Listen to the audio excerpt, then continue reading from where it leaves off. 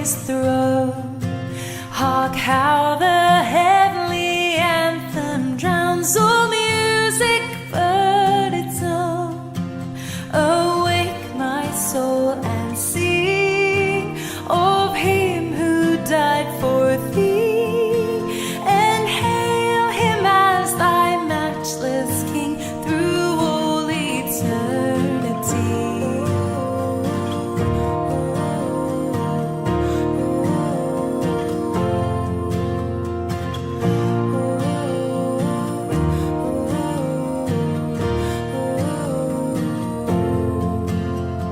Crown him the Lord of life, who triumphed o'er the grave and rose victorious in the strife for those he came to save. His glories now we sing, who died and rose on high, who died eternal life to bring, and lives that death may die.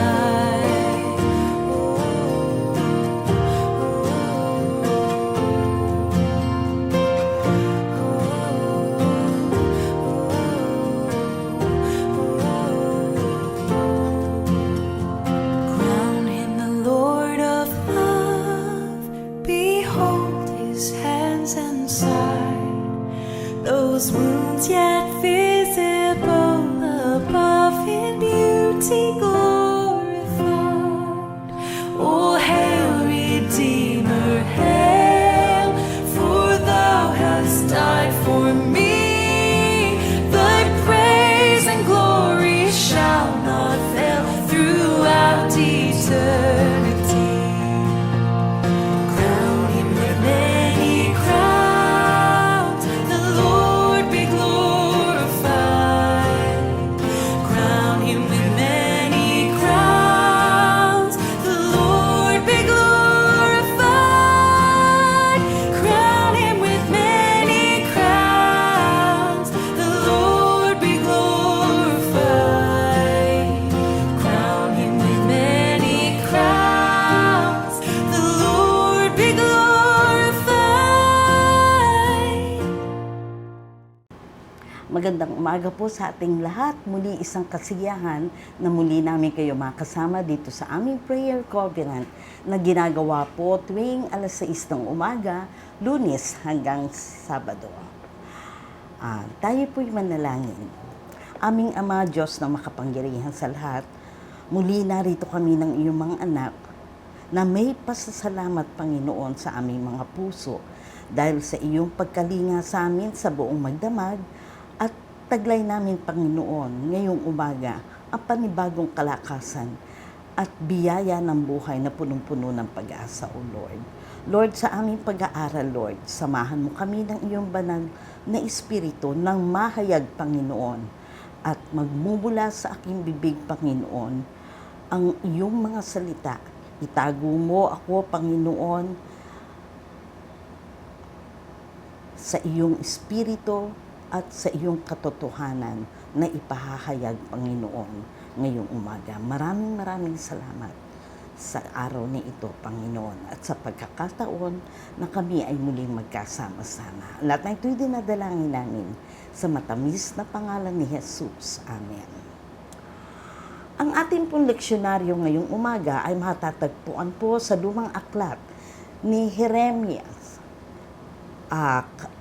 Kabanata 33, talatang 14 hanggang 17. At ito po ang sinasabi ayon po sa magandang balita. Sinabi ni Yahweh, tiyak na darating ang araw na tutuparin ko ang aking pangako sa Israel at sa Juda. At sa panahong iyon, pipili ako ng isang matuwid na sanga na magmumula sa lahi ni David. Paiiralin niya ang katarungan at katwiran sa buong lupain. Sa mga araw ring iyon, maliligtas sa mga taga-Juda at mapayapang mamumuhay ang mga taga-Jerusalem. At sila'y tatawagin sa pangalang ito. si Yahweh ang aking katwiran.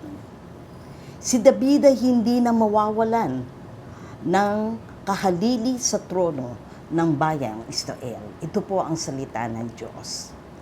Sa mga talatang ating binasa, nakita ko dito yung promise of restoration.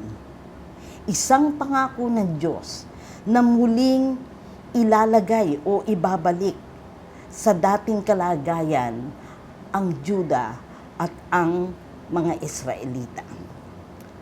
Dahil they have broken God's covenant with them. At sila ngayon ay dumaranas ng hirap as a consequences of their mistakes and sins. Pero dito nangako ang Diyos, napipili siya ng isang matuwid na sanga. Sabing ganon sa talatang 15. At ito'y manggagaling sa lahi ni David. At sa talatang 17, sabi doon na hindi na mawawalan ng kahalili sa trono ang bayang Israel. At ang ito nga ay ang ating Panginoong Hesukristo na magpahanggang sa ngayon ay dapat maghari sa buhay ng kanyang mga anak o sa mga anak ng Diyos. Ang mga salitang pangakong ito ay natupad na. Yung binasa natin pangako na tiyak, darating ang araw at tutuparin ng Diyos ang kanyang pangako. At sabi nga, ito ay manggagaling sa lahi ni David. Ito ay natupad na. At kaya nga, we have celebrated last Sunday Christ the King or the Reign of Christ Sunday as we enter our Advent season or Christmas season. Magpapasimula na po tong linggong ito. Pero, alam niyo sa message nga last Sunday sa Christ the King, ang sabi doon sa mensahe, but this is not His kingdom. Hindi dito ang paghahari ng Diyos sa mundong ito. At makikita po natin yan sa ating scripture last Sunday sa Gospel ni John, chapter 18, verse 36. Prophets of the Old and New Testament ay nagsulat na tungkol sa pangako ng isang King of Kings.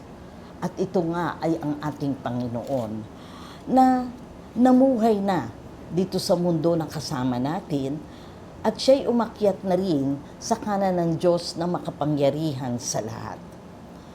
Ngunit bago siya umakyat at umupo sa kanang upuan ng Diyos nating makapangyarihan sa lahat, He had promised to come again to establish His perfect kingdom. At ito ay matatagpuan natin sa John 14, verses 2 and 3. Ang sabi doon, may isang araw, that He will bring us safely home to His house, which He had prepared a room for each and every one of us. Ito ang huling pangako ng ating Panginoon bago siya bumalik sa kalangitan at sa kaharian ng ating Diyos Ama. At ito din ang pangako niya na hindi pa rin niya natutupad. Hindi ligid sa atin ang mga ito at ang mga kaganapan na nakikita natin sa ating kapaligiran. At marami ang nakakapagsabi na ito na kaya ang muling pagbabalik ng ating Panginoon. Pero, what is God waiting for? We know that He is not slow to His promises. Pero alam natin, ang Diyos, He is faithful sa kanyang pangako. Pero sabi ko nga, what is God waiting for? God is willing to wait, for He is merciful, He is patient with us, and not wanting any one of us to perish, but to everyone to come and go back with full humbleness in repentance.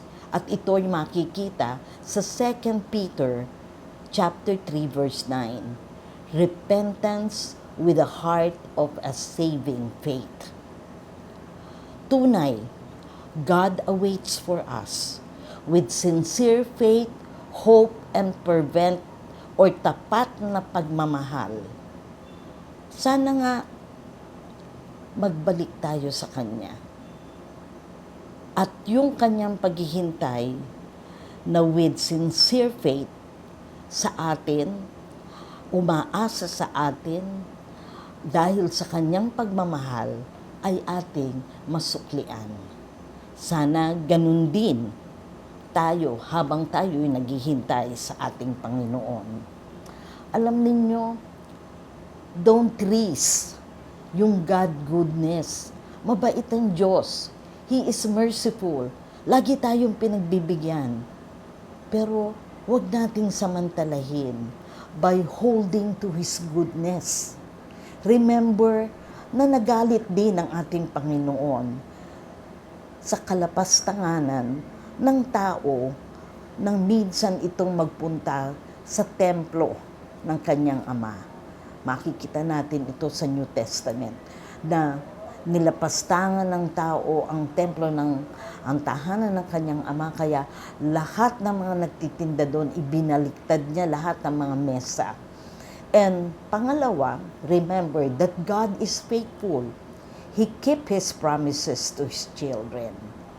Nawa, sa pagsalubong ng Kapaskuhang ito, maalaala nating lahat ang pinakamahalagang nawa sa pagsalubong natin nito ng Kapaskuhan. Ito ang maalaala nating lahat, ang pinakamahalagang pangako ng Diyos na ipinagkaloob na sa atin. Si Kristo ang ating kaligtasan at muling pangako ni Kristo sa atin bago siya umakyat sa langit.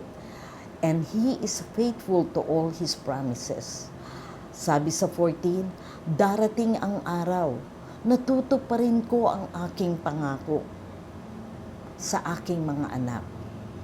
Madama man natin ang mga pagsubok, kaya gaya ng kapanahunan ni Jeremias, nagkasala sila.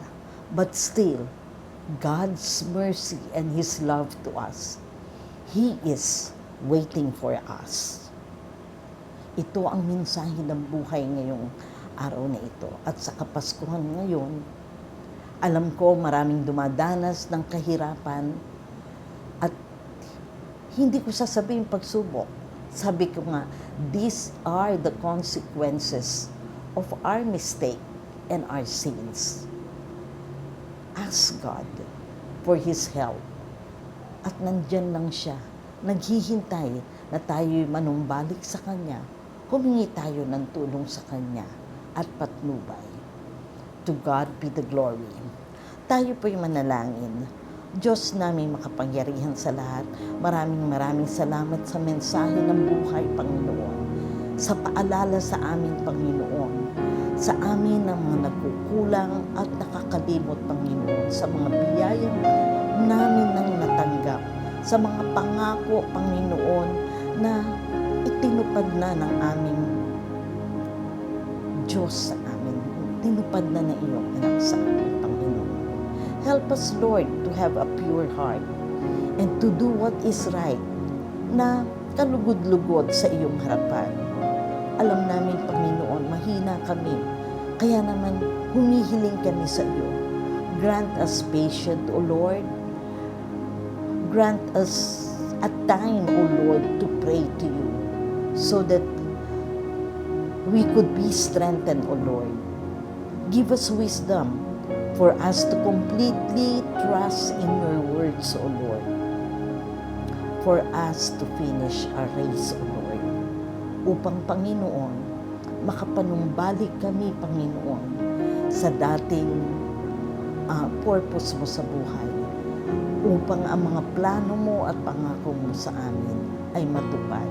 At ito, walang iba, Panginoon, ay isang buhay na prosperous dito pa lang sa lupang ito ang dulo ng prosperity, O Lord, at kapanatagan.